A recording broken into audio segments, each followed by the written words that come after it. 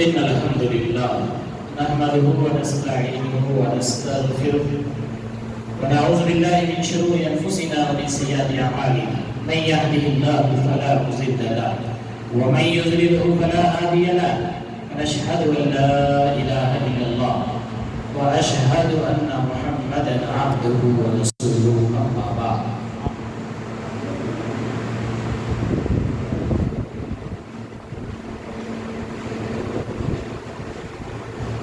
بل تؤثرون الحياة الدنيا والآخرة خير وأبقى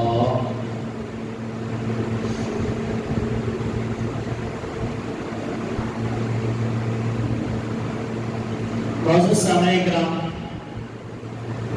ہم اور آپ اللہ کے فضل و کرم سے رمضان المبارک کی آخری ایام میں زندگی بسر کر رہے ہیں کہ ہو سکے کہ ہم آئندہ سال زندہ رہیں یا نہ رہیں۔ ابھی بھی ہمارے یہاں کچھ گھنٹے یا ایک دن کا وقفہ ہمارے درمیان موجود ہے۔ اللہ رب العالمین کی بارگاہ میں دعا گو اللہ رب العالمین جن کو ہدایت کی توفیق دے وہ ہدایت پر اللہ انہیں قائم رکھے، اور میرا آپ کا اللہ رب العالمین کا بندگی کے لیے جمع ہونا یقیناً یہ اللہ کی بہت بڑی نعمت ہے۔ حقیقی عید کیوں؟ مساجد کی رونقیں اور بازار کی رونق دونوں بھی تقابلہ چاہ رہی ہیں۔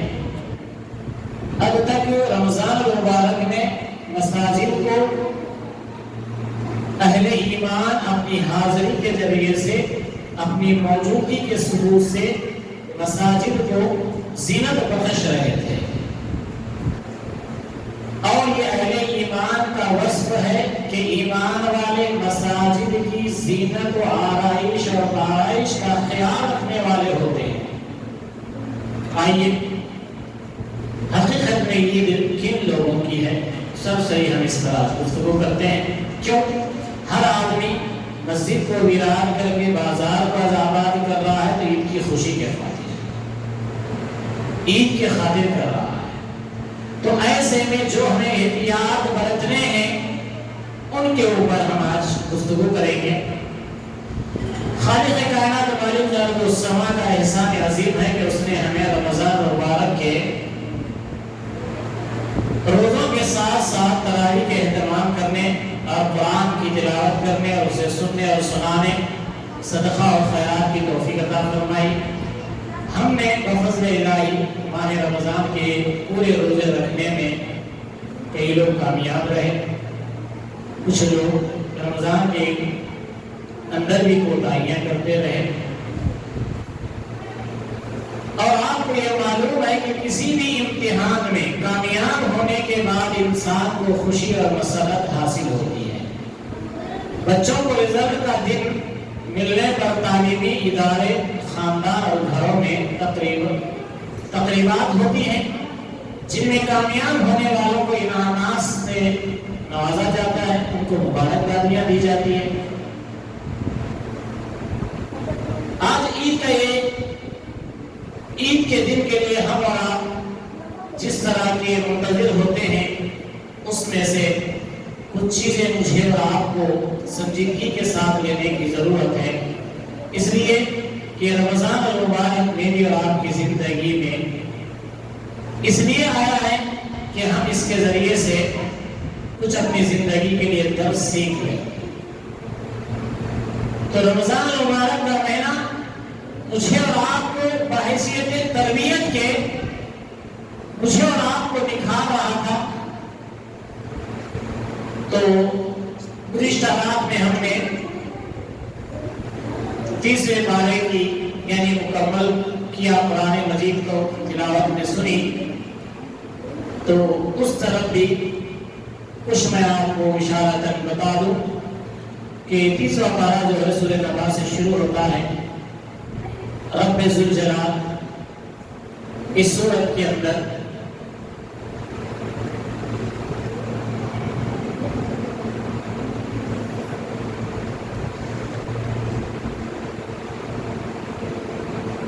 سورہ نبا جو ہے مکہ معظمہ میں نازل ہوئی اور رسول اللہ صلی اللہ علیہ وسلم نے اسلام کی ترغیب کا آغاز کیا تو اس کی بنیاد 3 چیزیں تھیں. ایک یہ بات کہ اللہ کے ساتھ کسی کو شریک نہ جانا جائے، دوسری یہ کہ آپ صلی اللہ علیہ وسلم کو اللہ نے اپنا رسول مقرر کیا ہے، تیسری یہ کہ اس دنیا کا ایک روز ختم ہو جانا ہے، اس دنیا کو ایک دن چھوڑ جانا ہے. اس کے بعد ایک دوسرا عالم برپا ہوگا جس میں تمام اولین اور آخرین کو دوبارہ زندہ کر کے ان کا محاسبہ کیا جائے گا. جو لوگ مومن اور صالح ثابت ہوں گے وہ ہمیشہ ہمیشہ کے لیے جنت میں جائیں گے، اور جو کافر اور فاسق اور فاجر ہوں گے وہ اللہ کے عذاب سے دوچار ہوں گے. دوسری بات کو مکہ کے لوگ ماننے کو تیار نہ تھے، مگر رسول اللہ صلی اللہ علیہ وسلم کو ذاتی حیثیت میں صادق و امین سمجھتے تھے، اور یہ بات سمجھنے میں مشکل پیش آ رہی تھی کہ جسے وہ عام معاملات میں راست باز مانتے ہیں، رسالت الہیہ کے دائرے میں کیوں کر جھوٹے ہو سکتے ہیں. تو اس طرح پہلی 2 باتیں اہل مکہ کے لیے دراصل اتنی زیادہ الجھن کی موجب نہ تھی جتنی تیسری بات تھی. اس کو جب ان کے سامنے پیش کیا گیا تو ان سب نے زیادہ اس سے مذاق اڑایا، اس پر سب بھڑک کر حیران اور تعجب کا اظہار کیا. نمبر 1 بات کیا تھی؟ پہلی بات یہ تھی کہ اہل مکہ کو جو بات سخت ناگوار گزری تھی وہ تھی کہ اللہ رب العالمین کی ہستی ایک تنہا ہے، اسی ایک خالق اور ایک ہی رازق، ایک ہی مدبر سے مانا جائے. اللہ کو اکیلا تنہا جانا جائے، اللہ کی ذات میں کسی کو شریک نہ کیا جائے. یہ بات بھی ان کو بڑی بری لگی. جیسے آج ہماری سوسائٹی اور معاشرے کو بھی خالی اللہ اللہ بولنے سے کچھ نہیں ہوتا، یہاں سے وہاں وہاں سے یہاں پھرے تو یہ لوگ ان کو ریکویسٹ لگاتے، ان کو لگاتے تو کام کرتا. یہ آج ہماری سوسائٹی میں بھی بیماری ہے. ہم بظاہر کہتے ہیں کہ نہیں ہم جو ہے ایک اللہ کو مانتے ہیں، اللہ کو مانتے ہیں، اللہ کی نہیں مانتے.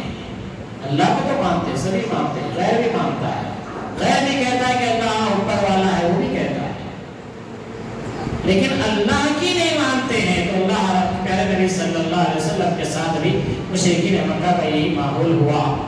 تو ایک اللہ پر ایمان لانا، باقی سب باطل معبودوں کا انکار کرنا، محمد رسول اللہ صلی اللہ علیہ وسلم کو اللہ کے بندے اور رسول ماننا، ان کی رسالت کا اقرار کرنا، یہ 2 کام ان کو بڑے بھاری لگ رہے تھے. تیسرا کام جو ان کے لیے اللہ کے پیارے نبی صلی اللہ علیہ وسلم نے تعلیم دی تھی وہ تھی کہ قیامت کے دن کے بارے میں یہ سوچ لو کہ تم کچھ بھی کر لو، ایک دن تمہیں مر کے اللہ کے یہاں جمع ہونا ہے. اس بات کی یاد دلائی. تو اللہ رب العالمین سورہ نبا میں فرماتا ہے اما يتساءلون عن النبأ العظيم الذي هم فيه مختلفون كلا سيعلمون ثم كلا سيعلمون.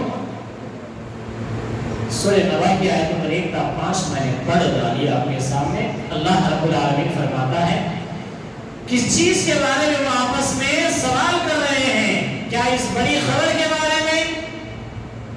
وہ کہ جس میں وہ اختلاف کرنے والے ہیں. ہرگز نہیں، ہم قریب وہ جان لیں گے، پھر ہرگز نہیں، ہم قریب وہ جان لیں گے. ان آیات میں ان 6 مغلوں کی طرف اشارہ کیا گیا جو قیامت کی خبر سن کر مکے کے ہر کچھ اہل مکہ کی ہر محفل میں ہو رہی تھی. یعنی اللہ کے نبی صلی اللہ علیہ وسلم نے کہا قیامت کا دن ہوگا، وہاں پر سب جمع کیے جاؤ گے، ہر چیز کو فنا ہونا ہے. تب مشرکین مکہ کے پاس ایک عجیب بات لگی، بولے کہ ایسا کیسے ہوگا؟ آج بھی بہت سے مسلمانوں کے یہاں یہ بات ہے، ہاں وہ مرتے کرتے آخرت کرتے، کب کی بات دیکھیں گے بعد میں، فی الحال اب جو زندگی ہے یہ تو کر لیں گے. تو یہی بات مشرکین مکہ کو بھی الجھن میں ڈالی ہوئی تھی کہ وہ کیسے ہوگا. تو وہاں جہاں بیٹھے وہاں چبوتروں پہ لکڑوں پہ وہاں یہ باتیں ہونے لگی کہ قیامت کیسے برپا ہوگی, کہاں آئے گی, کیسے آئے گی, یہ کیا کہہ رہے ہیں. تو گویا جس میں وہ اختلاف کرنے والے ہیں ہرگز نہیں عنقریب وہ جان لیں کہ پھر ہرگز نہیں وہ عنقریب جان لیں. تو اللہ رب العالمین نے ان کو بار بار اس بات سے آگاہ کرتے فرمایا. مکے کے مشرک اپنی ہر محفل میں وہی بات دہرائے جا رہے تھے, تم زمین کے نظام بلکہ خود اپنے جسم اور اس کے سسٹم پر غور نہیں کرتے. کیا یہ کوئی کھلی تماشا ہے؟ خالق کا جب دل بھر آئے گا تو وہ یوں ہی ختم کر دے گا. اللہ رب العالمین سورہ نبا کی آیت نمبر 6 سے 16 تک فرماتا ہے, کیا ہم نے زمین کو فرش نہیں بنایا؟ سوالات ہو رہے ہیں لوگوں.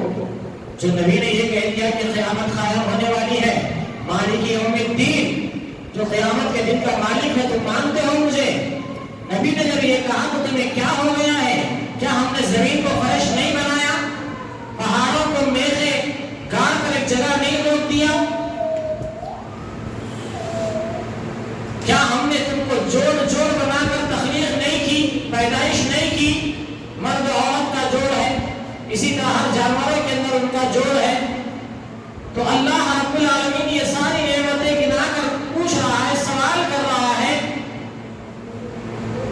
اور ہم نے بدلیوں سے کثرت سے برسنے والے پانی اتارے تاکہ اس کے ساتھ غلہ اور پودے اگائیں اور گھنے باغ. کیا یہ ساری چیزیں تمہیں یہی بتا رہی ہے کہ جس خالق نے ان کو پیدا کیا ہے اس کی قدرت قیامت برپا کرنے سے عاجز نہیں ہے؟ تو جس اللہ رب العالمین نے اس آسمان کو کھڑا کیا ہے اسی رب کو یہ اختیار ہے کہ اسے توڑ دے.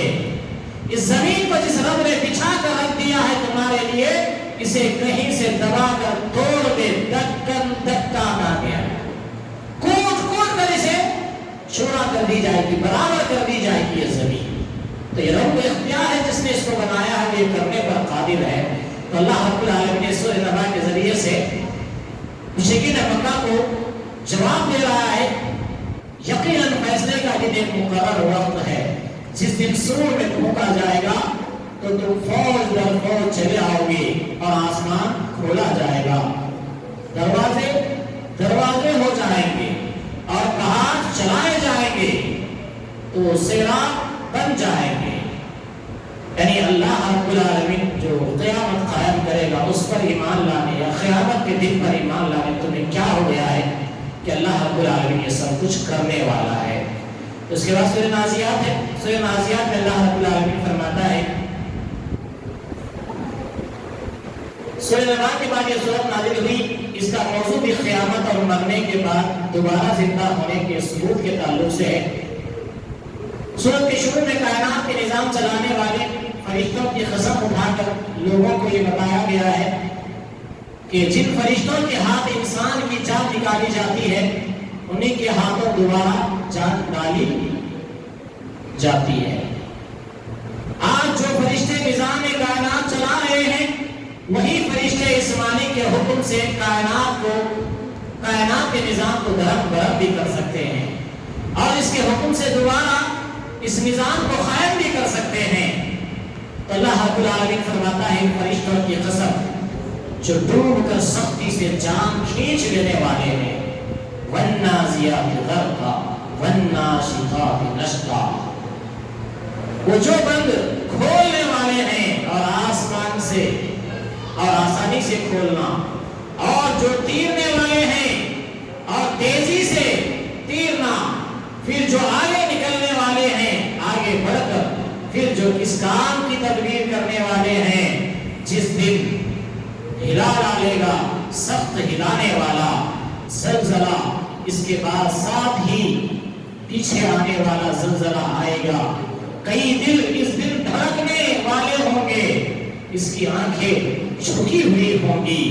اللہ رب العالمین فرماتا ہے جہنم میں جانے والے کون اور جنت کے مستحق کون, آخرت کے حساب کے بعد جہنم کن کا مقدر ہوگی, جنت کے مستحق کون ہوں گے, ان کے متعلق اللہ رب العالمین فرماتا ہے فَإِذَا جَاءَتِ الطَّامَّةُ الْكُبْرَى يَوْمَ يَتَذَكَّرُ الْإِنسَانُ مَا سَعَىٰ۔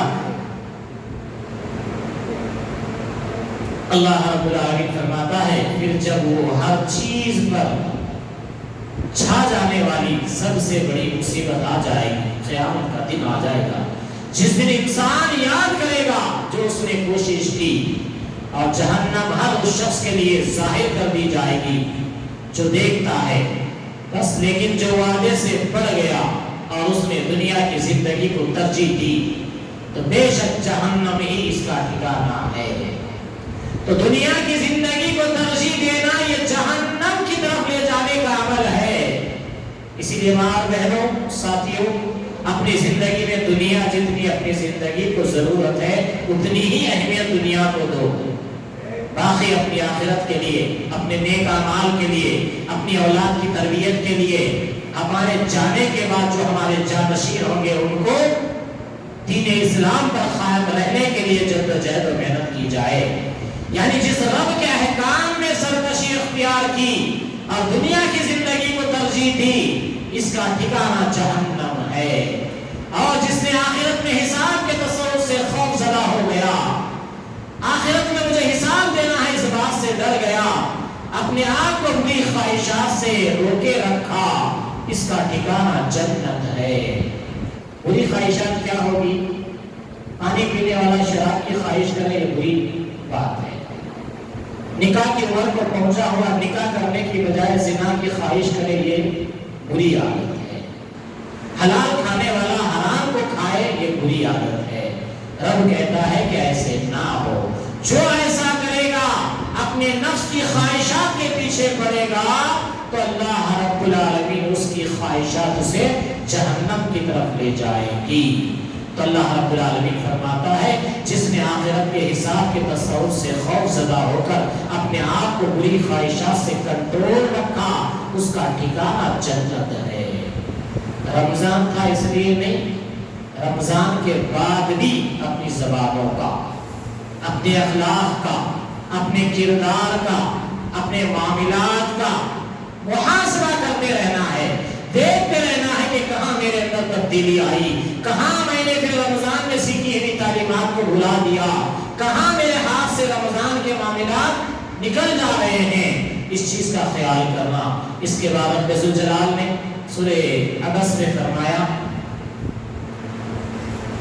اس نے تو تیری چڑھائی اور منہ پھیر لیا اس لیے کہ اس کے پاس اندھا آیا، تجھے کیا چیز معلوم، تجھے کیا معلوم کرواتی ہے، شاید وہ پاکیزگی حاصل کر لے یا نصیحت حاصل کر لے تو نصیحت اسے فائدہ دے، لیکن جو بے پرواہ ہو گیا سو تو اس کے پیچھے پڑتا ہے، حالانکہ تجھ پر کوئی ذمہ داری نہیں کہ وہ پاک نہیں ہوتا، لیکن جو کوشش کرتا ہو تیرے پاس آیا اور وہ ڈر رہا ہے تو اس سے بے توجہی کرتا ہے، ایسا ہرگز نہیں چاہیے۔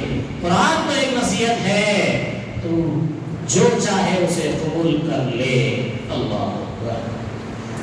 سورہ عبس کے اندر ایک مسلمان ہے پھر اندھا ہے، یہ اندھے سے دو مراد ہیں، ایک مراد علم نہیں جانتا وہ اندھا ہے، علم سے اندھا ہے، ایک آنکھوں سے اندھا ہے۔ تو اس آیت کریمہ میں رب ذوالجلال نے سورہ عبس کے اندر محمد رسول اللہ صلی اللہ علیہ وسلم کو تنبیہ کرتے ہوئے فرمایا، کیا فرمایا؟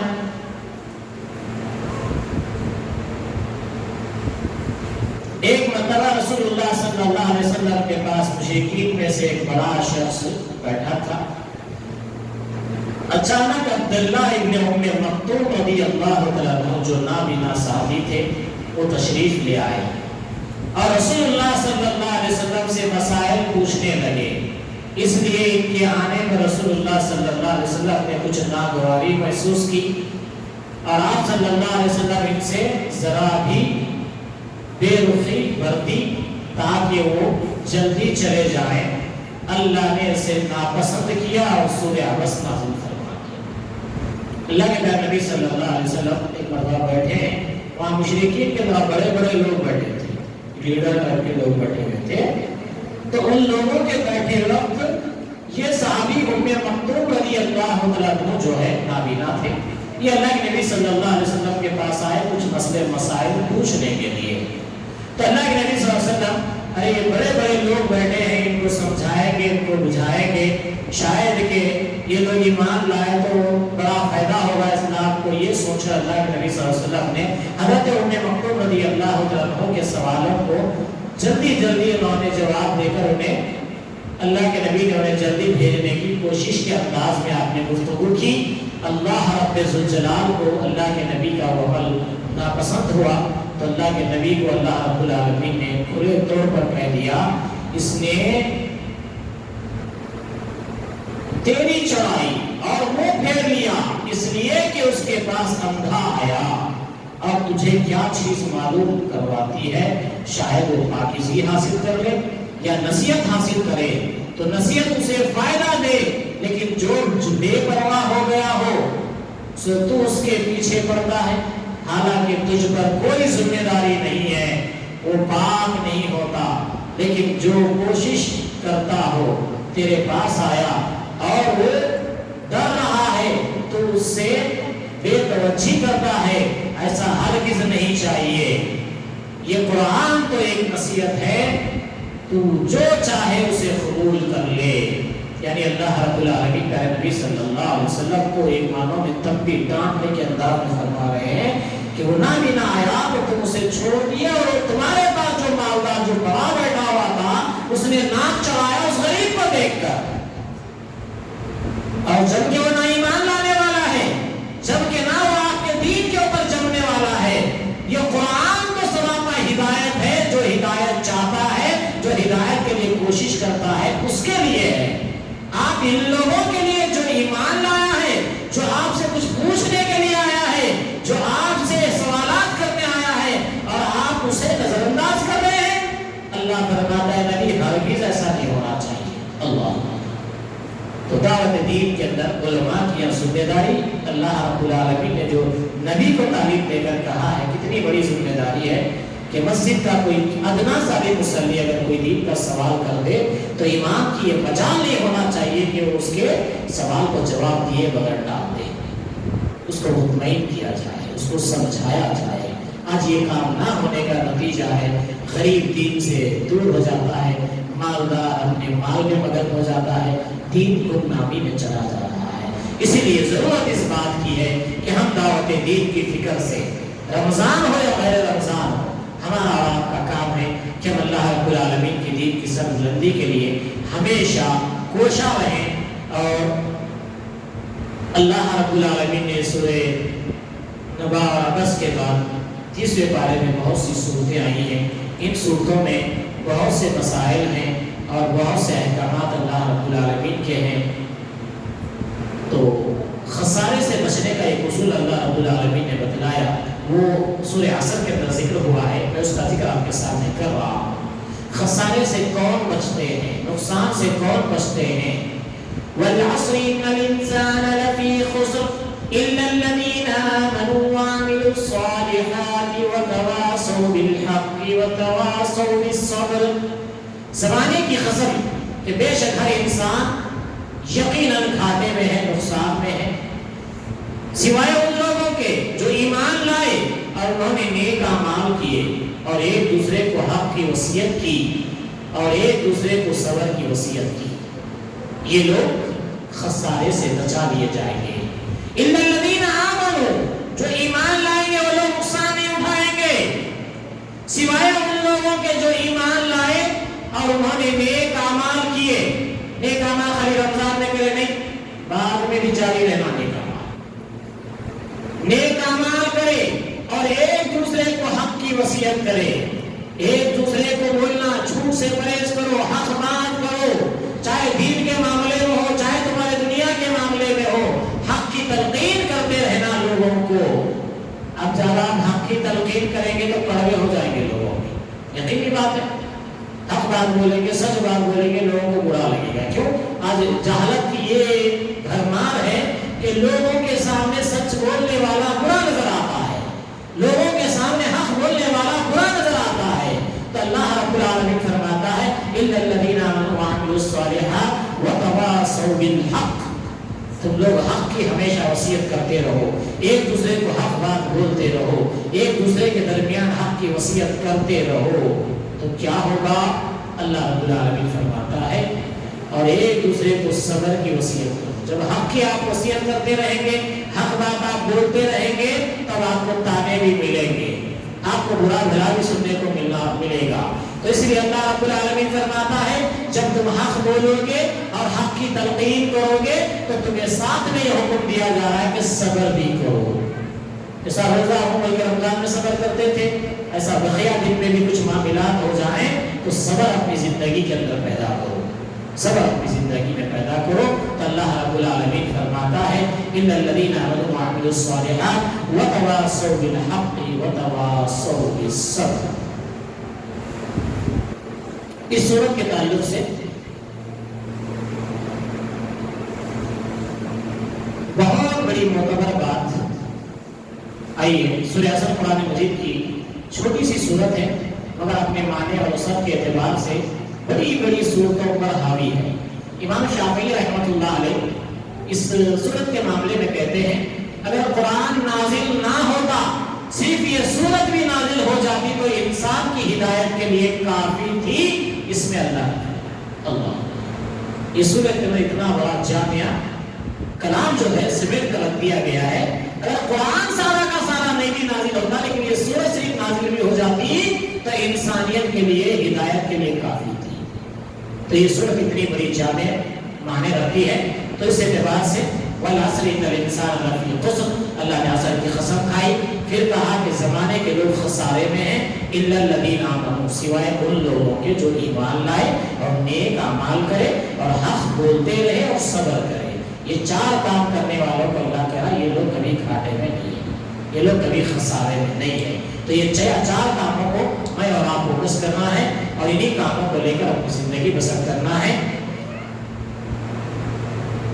تو اللہ رب العالمین نے اسی طرح بہت سی باتیں تیسرے بارے میں رکھی ہیں، وہ سب نہیں رکھ سکتے۔ قرآن کی آخری وصیت آپ کے سامنے رکھ کر میں اپنی بات کو ختم کرتا ہوں، وہ یہ ہے قرآن مجید نے ایک طرف اللہ تعالیٰ کا تعارف کرایا ہے، اللہ کی نشانیاں بتلائی ہے، اللہ کی قدرت کی نشانیاں بتلائی ہے، اللہ رب العالمین کے یہاں فرشتے مخلوق ہیں ان کا ذکر ہمیں قرآن میں بتایا ہے۔ اس کے ساتھ ساتھ اللہ کے دشمنوں کا بھی ہمیں تعارف بتایا ہے، انسان کو پھانسنے کے لیے اس کے حربے اور چالوں کا بھی اللہ رب العالمین نے تذکرہ کیا ہے، اور آخر پر فرمایا قل اعوذ برب الناس، تو کہہ میں پناہ پکڑتا ہوں، میں پناہ چاہتا ہوں لوگوں کے رب کی، لوگوں کے بادشاہ کی، لوگوں کے معبود کی، وسوسہ ڈالنے والے کے شر سے جو ہٹ کر آنے والا ہے، شیطان جو لوگوں کے سینوں میں وسوسے ڈالتا ہے، جنوں میں بھی ہوتے ہیں اور انسانوں میں بھی یہ ہوتے ہیں۔ تو قرآن آخری نصیحت مجھے اور آپ کو کر رہا ہے، رمضان ختم ہوتے کی جو سستی آتی، رمضان ختم ہوتے کی جو دین سے بے رغبتی آتی، قرآن بھی اپنے آخری کلام میں یہ کہہ رہا ہے، قرآن کی آخری نصیحت بھی مجھے اور آپ کو یہ کہہ رہی ہے تم لوگ اللہ رب العالمین سے کہو کہ ہم پناہ چاہتے ہیں اللہ رب العالمین سے جو لوگوں کا رب ہے، اس سے ہم پناہ چاہتے ہیں، اور کہو لوگوں کے بادشاہ کی جو تمام لوگوں کا بادشاہ ہے، اس بادشاہ کی ہم پناہ چاہتے ہیں، اور لوگوں کے معبود کی جو حقیقی ایک ہے، اور پناہ چاہتے ہیں وسوسہ ڈالنے والے کے شر سے جو ہٹ کر آنے والا ہے۔ وسوسہ ہٹ کر آتا ہے، تو وسوسہ ڈالنے والا بھی ایسے ہی آتا، آدمی میں وسوسہ آتا۔ اللہ کے نبی صلی اللہ علیہ وسلم نے فرمایا جب نماز میں تمہیں وسوسے آئے تم اپنی بائیں جانب 3 مرتبہ تھتکارو، اس طرح آپ تھتکاریں گے، تھوڑی دیر کے لیے وسوسے کم ہو جاتے، پھر نیا شروع ہو جاتا ہے، وہ دکان کا کیا ہوا کہ یہ گھر کا کیا ہوا کہ وہ لیبر کام کرا کہ نہیں کرا کہ وہ گھر میں لائے کہ نہیں لائے کہ۔ تو اللہ رب العالمین کہہ رہا ہے کہ ایسے وسوسے ڈالنے والے سے بھی تم رب کی پناہ مانگو۔ اللہ رب العالمین آگے فرماتا ہے